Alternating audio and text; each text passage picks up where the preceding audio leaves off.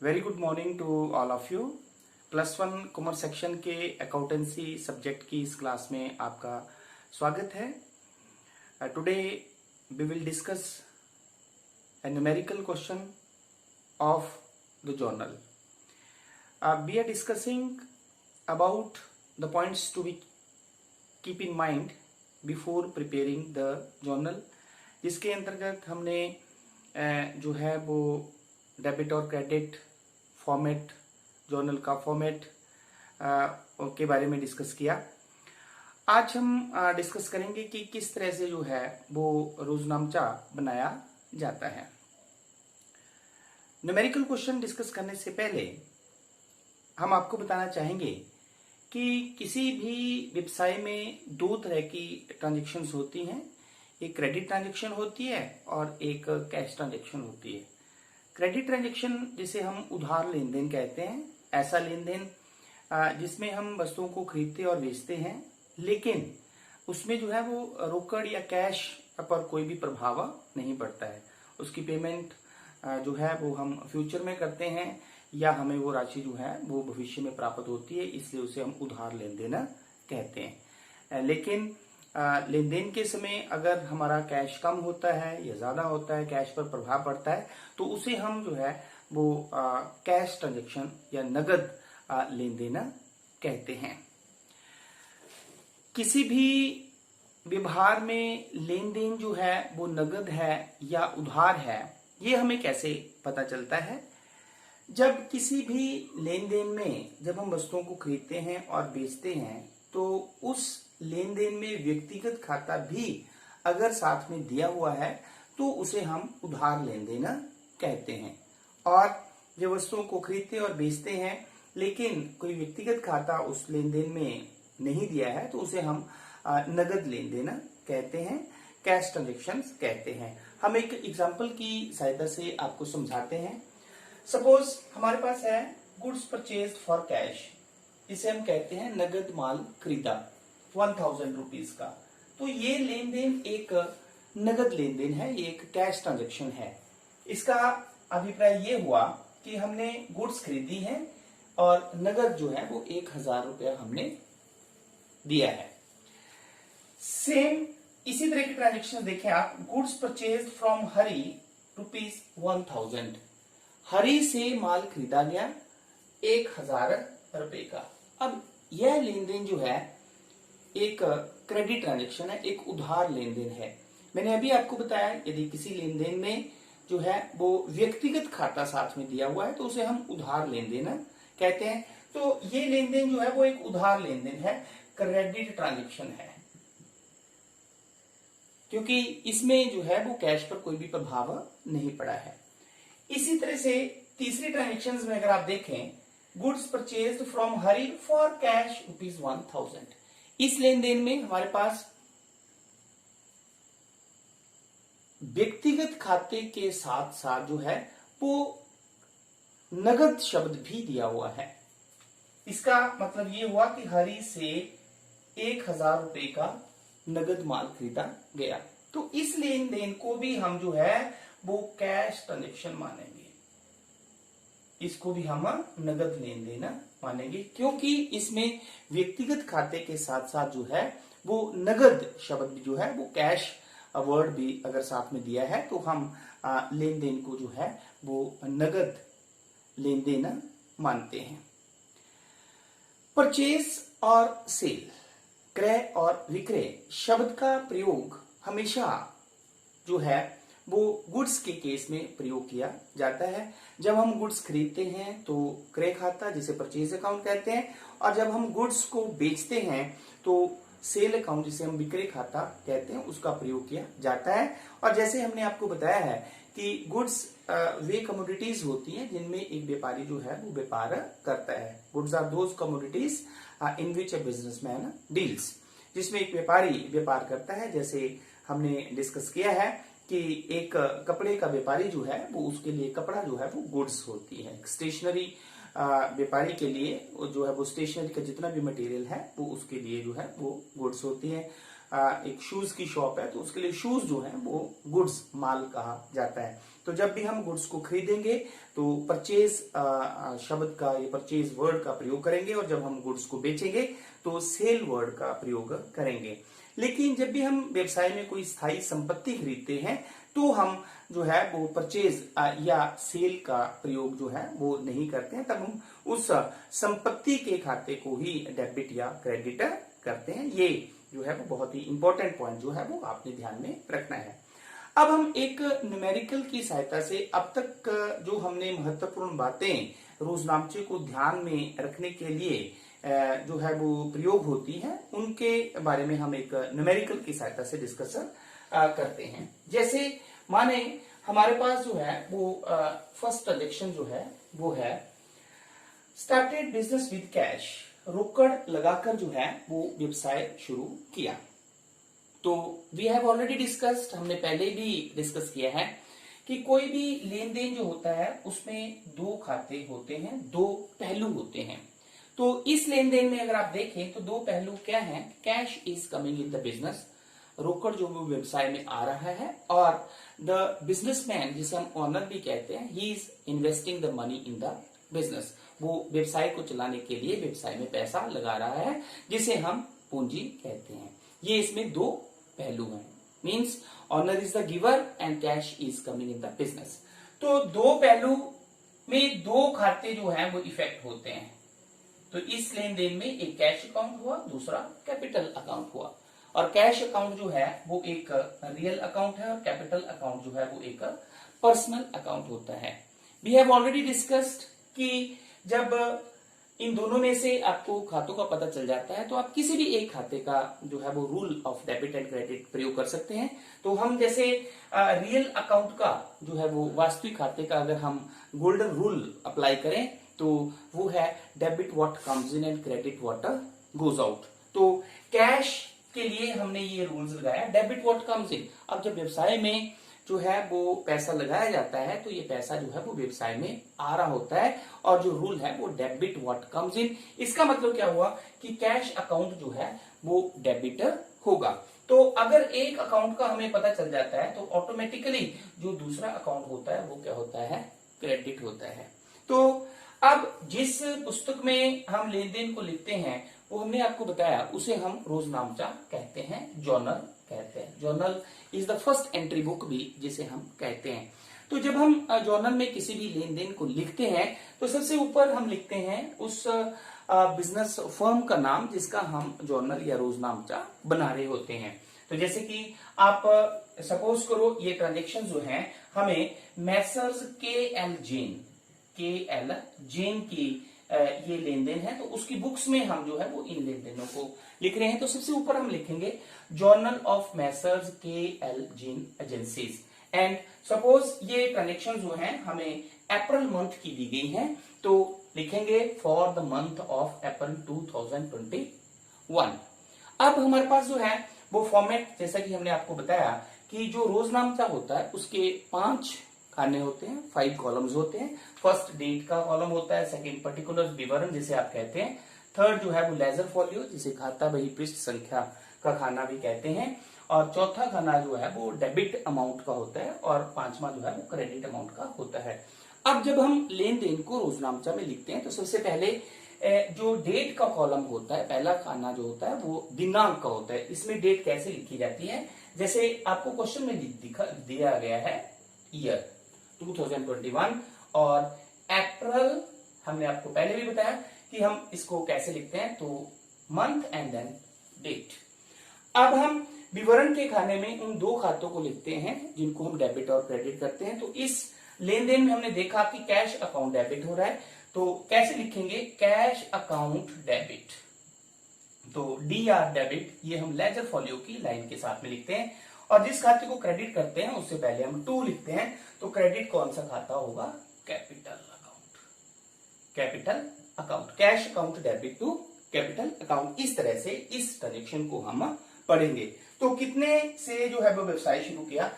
20,000 से। तो cash debit हुआ 20,000 से, तो डेबिट वाले कॉलम में कैश के सामने 20,000। उसी तरह कैपिटल को क्रेडिट किया गया, तो इसका मतलब क्रेडिट के कॉलम में कैपिटल के सामने जो है वो 20,000 रुपया हम लिखेंगे। अब इसके बाद हम नरेशन लिखते हैं तो नरेशन लिखने से पहले हमने आपको बताया कि विंग या फॉरवर्ड का यूज किया जाता है, ब्रीफ एक्सप्लेनेशन कि why the account is debited और क्रेडिट। तो क्यों हमने कैश को डेबिट किया और कैपिटल को क्रेडिट किया?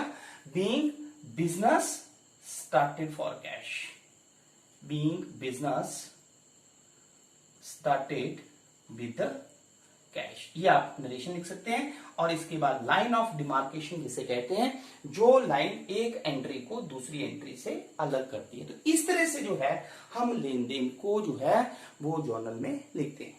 सेकंड ट्रांजेक्शन को अगर आप लें, अप्रैल 4 को परचेज्ड फर्नीचर फॉर कैश। अब इस लेन देन में जो दो पहलू हुए वो कौन से हुए?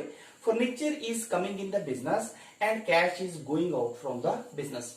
फर्नीचर जो है वो व्यवसाय में आ रहा है और कैश जो है वो व्यवसाय से जा रहा है। तो इस लेन देन से जो है जो दो खाते जो प्रभावित होंगे, एक फर्नीचर अकाउंट होगा और दूसरा जो है वो कैश अकाउंट होगा। फर्नीचर भी रियल है, कैश भी रियल है, ठीक है। और रियल अकाउंट के लिए रूल हमारा डेबिट और क्रेडिट का होता है, debit what comes in and credit what goes out. तो व्हाट कम्स इन, जब फर्नीचर खरीदा जा रहा है तो फर्नीचर आ रहा है और कैश जा रहा है। तो इसलिए हमारे पास ये ट्रांजेक्शन जब हम लिखेंगे तो अप्रैल डेट देखिए हमारे पास 4 है, तो ईयर लिखने की अगेन जरूरत नहीं है, तो अप्रैल 4 लिखेंगे। तो फर्नीचर को डेबिट करेंगे और कैश को क्रेडिट करेंगे। तो हम लिखेंगे कैसे? हमारे पास furniture account debited to cash account, ये हमारे पास तरीका होता है। तो कितने का फर्नीचर हमने खरीदा?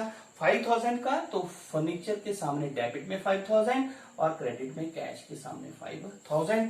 नरेशन, सिंपली आपने फर्नीचर को डेबिट क्यों किया और कैश को क्रेडिट क्यों किया? Because being furniture purchased, being furniture purchase, line of demarcation. तो इस तरह से इस लेन देन को हम लिखेंगे। नेक्स्ट लेन देन को आप देखें, अप्रैल 8 को परचेज गुड्स फॉर कैश। तो इस लेन देन में दो पहलू क्या हुए?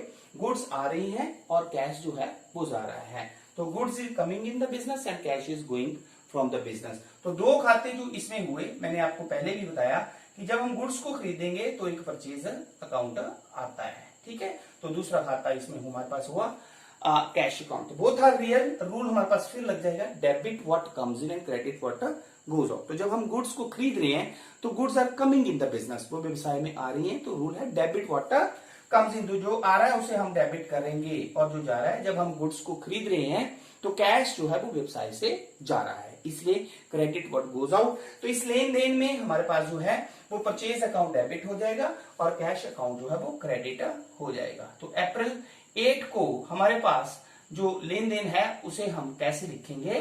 Purchase account debit to cash account. Narration simple आप लिख सकते हैं, being goods purchased, being goods purchased for cash. How much rupees, जो भी अमाउंट आपके पास दिया है, तो गुड्स जो है वो 5000 से परचेज की गई है। तो परचेज के सामने 5000 और कैश के सामने क्रेडिट में 5000। नेक्स्ट अप्रैल 10 जो है सोल्ड गुड्स फॉर कैश।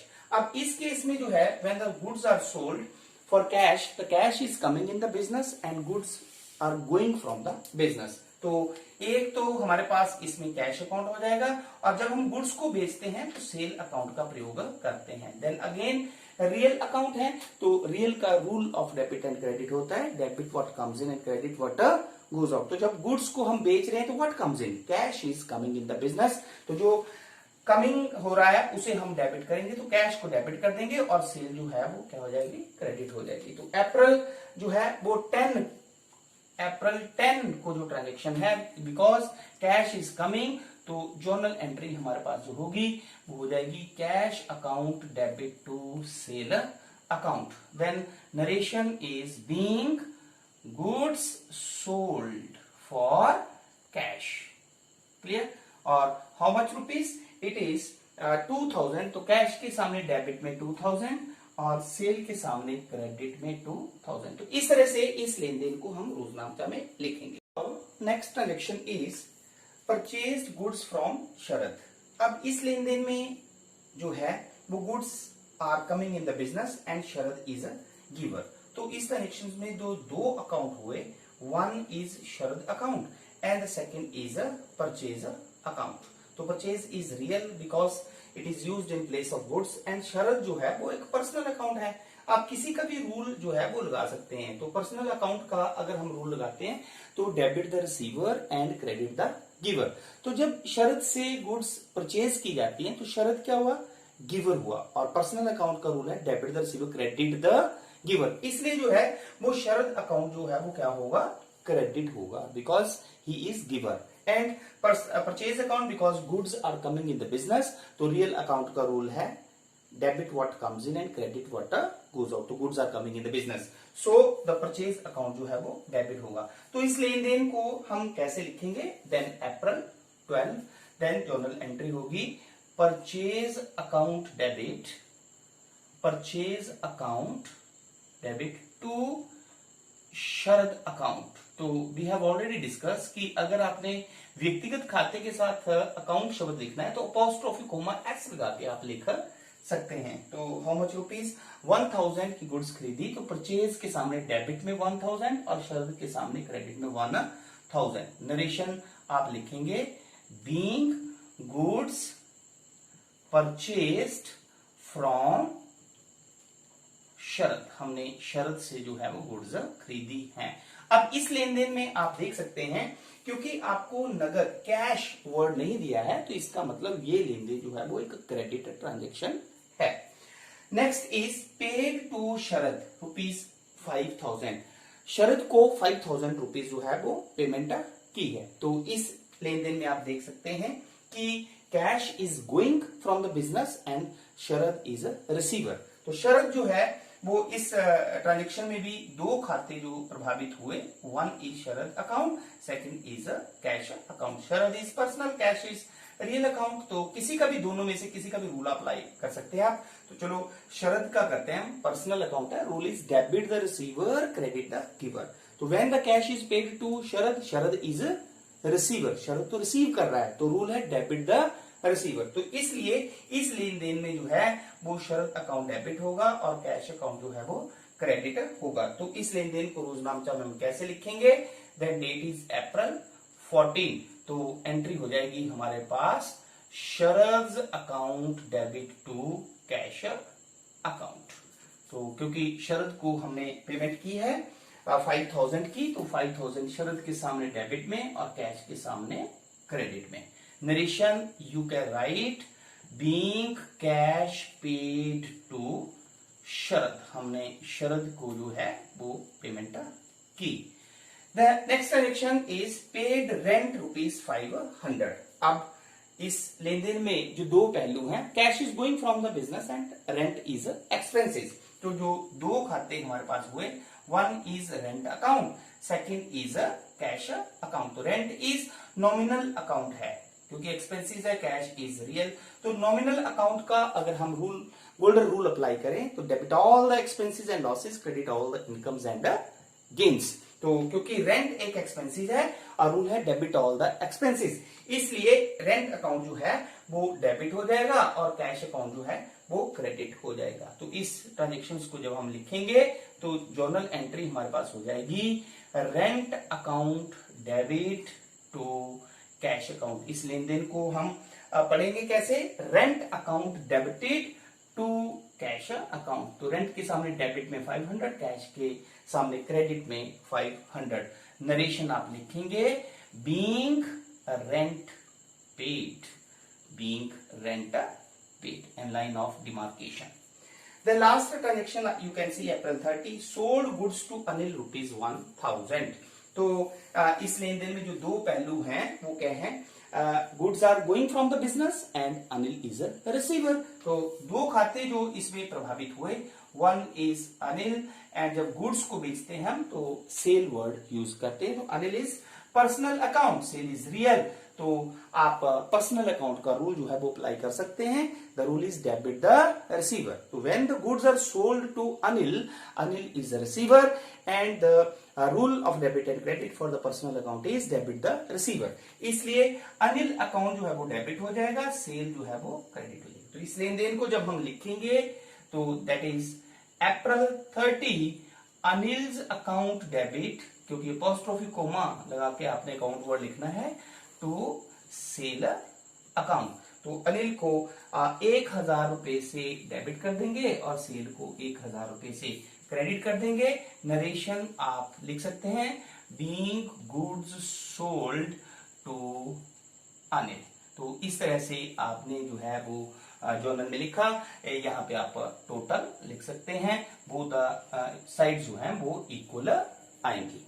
तो आज के इस वीडियो से हम रोजनामचा बनाने से पहले हमें कौन कौन से पॉइंट्स ध्यान में रखने हैं और किस तरह से जो है हम व्यवसायिक लेन देन को रोजनामचा में लिखते हैं, ये आपने पढ़ा। तो आई होप ये कंसेप्ट आपको क्लियर हो गया होगा। Thank you very much.